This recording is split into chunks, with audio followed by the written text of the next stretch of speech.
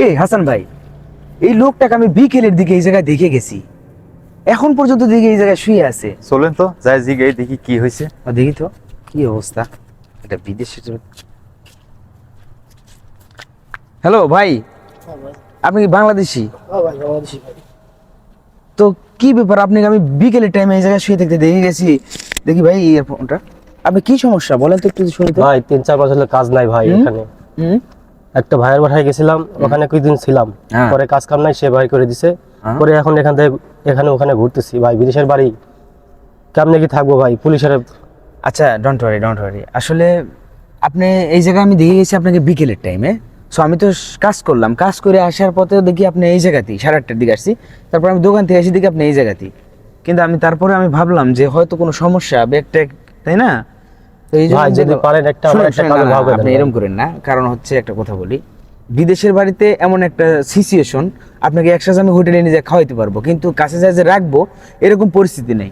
কারণ হচ্ছে আপনার, আমরা যে কোম্পানির রুমে থাকি, এই রুমে বাইরের মানুষ নট এলাউড। ভাই। সেই জায়গাতে আপনি মনে করেন কেমনে রাখবো? ভাই একটা কাজ যদি ভাগ করে দিতেন অনেক উপকার এখন হতো ভাই। শুনেন ভাই, আমি বলি, আপনারা বাড়িতে যখন পরিবার আছে বিদেশে ভাই। আসেন, আমার কথা শুনেন। আপনি কি এজেন্টের মাধ্যমে আসছিলেন না? এজেন্টের মাধ্যমে ভাই। এখন কথা হচ্ছে শুনেন, আপনারা যখন বিদেশে আসবেন, আসার আগে সর্বপ্রথম আপনি ভালো করে যাচাই বাছাই করে আসবেন। আপনি এই যে লক্ষ লক্ষ টাকা খরচ করে বিদেশের মাটিতে আসবেন, আপনার উপরে নির্ভর করবে আপনার ফ্যামিলি। এই যে আপনি এই পরিস্থিতিতে আছেন, আপনার ফ্যামিলি কিন্তু জানবে না, বুঝবেও না আপনার দুঃখটা।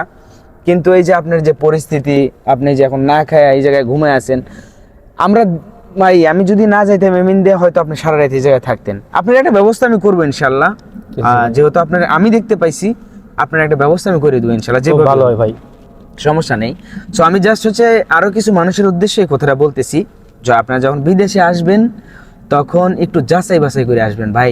অযথাই মানে 5 লক্ষ 6 লক্ষ টাকা বাপের আছে বলেই খরচ করে কিস্তির থেকে উঠাইয়া এই বিদেশে এসে যেইভাবে রাস্তায় পড়ে আছেন, এটা বিদেশের বাড়ি ভাই, নিজের চিন্তা সবাই করে, ভাই মানুষের চিন্তা কেউ করে না। দামের পাল্লাই পরে ভাই, তখন তো বুঝি নাই, হ্যাঁ। বুঝছেন না, বুঝে তো এইভাবে পাড়া দিছি যে কাজ কাম করবো। তো আপনি বলেন দর্শকের উদ্দেশ্যে, যে আপনারা যারা বিদেশে আসতে চাচ্ছেন তাদের উদ্দেশ্যে কিছু বলেন। ভাই আমি এই প্রবাসে থেকে বলতেছি ভাই, যারা দেশে প্রবাসে আসবেন তারা নিশ্চয়ই সবকিছু দেখে শুনে বুঝে শুনে আসবেন। প্রবাস ভালো জায়গা না ভাইয়া। ওকে, সো এখন আপনার জন্য যতটুকু পারি আমরা ব্যবস্থা করব। হাসান ভাই একটা কাজের জন্য একটা লাইন ঘাট লাগান খুব দ্রুত। আপনি কি কি কাজ জানেন? কনস্ট্রাকশন কাজ হলে হবে? সব কাজই করতে পারবো ভাই। ওকে, আপনার জন্য খুব দ্রুত একটা কাজের ব্যবস্থা ইনশাল্লাহ হয়ে যাবে। আর হচ্ছে এখন আপনার জন্য আমার অ্যাপার্টমেন্টে চলেন।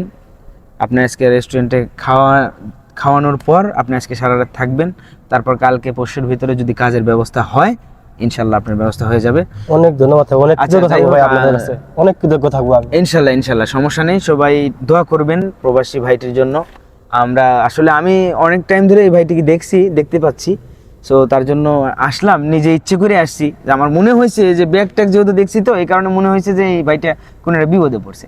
তাছাড়া তো এইভাবে এসে ব্যাগ নিয়ে থাকবে না, এমনিতে একজন এসে বসে থাকে, এখানে বসার জায়গা। কিন্তু এই ব্যাগ ট্যাগ নিয়ে আসার কারণে, ব্যাগ ট্যাগ দেখার কারণে আমার একটা সন্দেহ হয়েছে।